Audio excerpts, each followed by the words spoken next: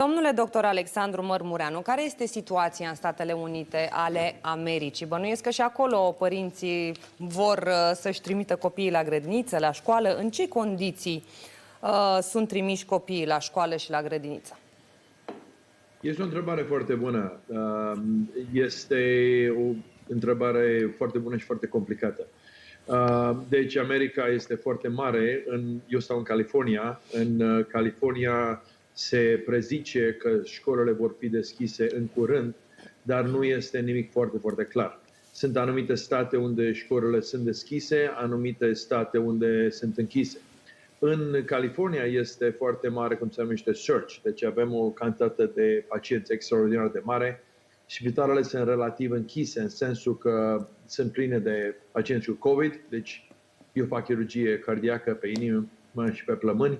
Deci nu facem niciun fel de cazuri elective, deci normale, numai urgențe.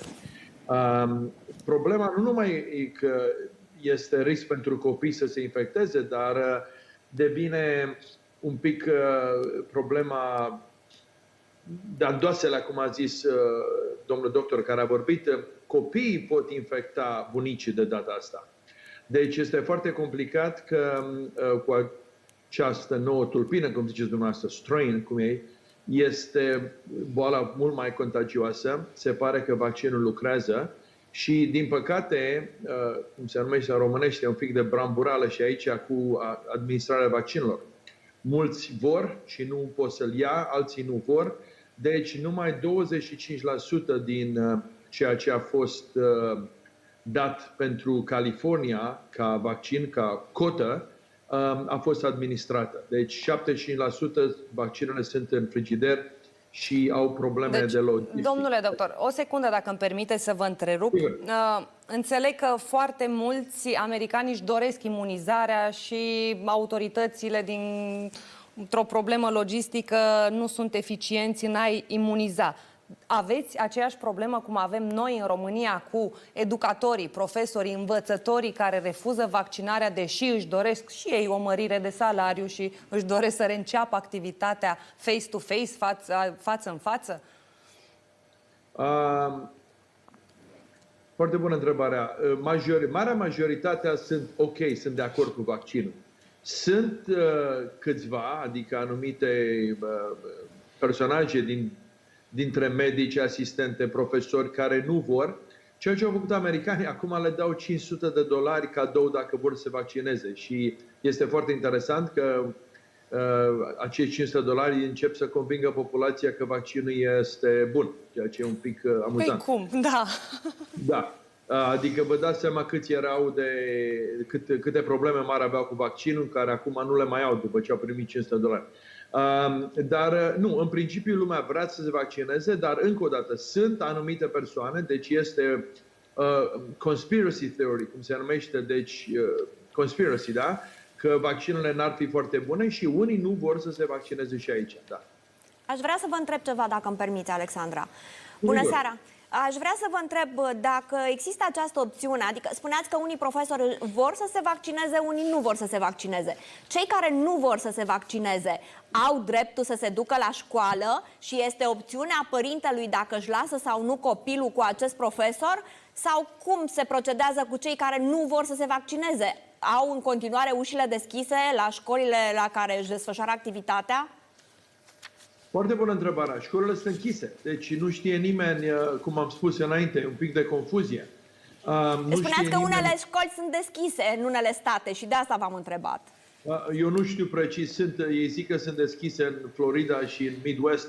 Nu știu care e situația acolo. Pot să vă spun numai în California, unde sunt eu. Școlile sunt închise. Nu există reguli. Pot să vă spun cum există cu celelalte vaccine. Eu ca doctor trebuie să fiu vaccinat cu absolut tot. Și dacă cumva refuzi, tu trebuie să porți mască 6 luni de zile. Cu celelalte vaccine. Cu vaccinul de COVID încă deocamdată, cum să vă spun, se oferă vaccinul și din cauza problemelor de administrare încă nu s-a dat la toată lumea. Deci probabil că o să fie încă câteva luni după care vor realiza ce legi pot să facă. Domnule doctor Alexandru Mărmureanu, M-aș întoarce la dumneavoastră și v-aș întreba dacă și în Statele Unite ale Americii există lume care îmbrățișează aceste teorii conspirative. Bineînțeles, cum am spus, sunt personaje și aici care, mă rog, e foarte la modă să discute aceste teorii conspirative. Pentru telespectatorii dumneavoastră vreau să le spun foarte clar, eu sunt vaccinat, puteți să mă vedeți, sunt ok. Am luat prima doză acum aproape o lună, a doua doză a fost acum 4-5 zile, sunt în regulă, nu, cum se numește, asta cred că era poza de la mine când am fost vaccinat, probabil. Dar n-am niciun fel de chip, niciunde și totul este ok. Deci puteți ieși în ploaie, nu? Da, și în ploaie, și la duș, și la jacuzzi, niciun fel de problemă. Încă o întrebare, mi-am adus aminte un răspuns mai bun pentru întrebarea precedentă, în legătură cu copii și cu profesori. Așa. Foarte multă lume, de fapt majoritatea, suntem foarte, foarte, foarte puțini, numai doctori și asistente medicale deocamdată, care au primit vaccinul. Deci este greu să faci o hotărâre în legătură cu profesori și cu copii când și cei care vor vaccin nu au putut să-l primească deocamdată din cauzele probleme cu administrația. Deci încă nu știm ce o să se întâmple cu profesori sau copii care nu vor să accepte vaccinul. Deocamdată și cei care vor să-l accepte nu l-au primit. Încă o dată, deocamdată numai personalul medical îl primește. Deci hotărârea nu e luată. Domnule Alexandru Mărmureanu, cum sunt informați cetățenii și cum au convingerea că vaccinul lor este unul bun și nu conține altceva? Cum ați văzut, dacă și cadrele medicale se ridică cu astfel de probleme, înseamnă că există o comunicare defectuoasă sau, cum să-i spun, lipsește ceva, evident. Nu neapărat, chiar vreau să intervin. Este foarte interesant panel, discuția între toți oamenii care ați invitat. Eu am o părere un pic deosebită, adică, în primul rând, noi ne gândim că nu sunt niciodată întrebări proaste, deci toate întrebările sunt bune. Dar părerea mea este că nu este datoria autorităților să educe populația. Adică noi în America suntem foarte unhappy, nefericiți când autoritățile și guvernul, ca și în România, îți spun să faci sau să nu faci ceva. Deci nu bănuiesc, nu cred că, cum să vă spun eu, este datoria guvernului sau a televiziunii în România să educe lumea. Există foarte, foarte multă, cum se numește, informație peste tot.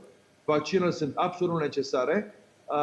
Problema cea mai mare este că și aici lumea zice este corpul lor și vor să facă ce vor. Well, nu e chiar așa, pentru că ei vor să infecteze, dacă nu-și fac vaccin, merg la alimentară și la discotecă și la restaurant și la servici, infectează altă lume care mor. Deci nu este dator numai este vorba despre toată lumea. Numărul 1. Numărul 2. Profesorii ar trebui să fie cei care să educheze populația și copiii. Deci dacă profesorii nu vor să se vaccineze, care, părerea mea, că este o prostie dacă nu vor să se vaccineze,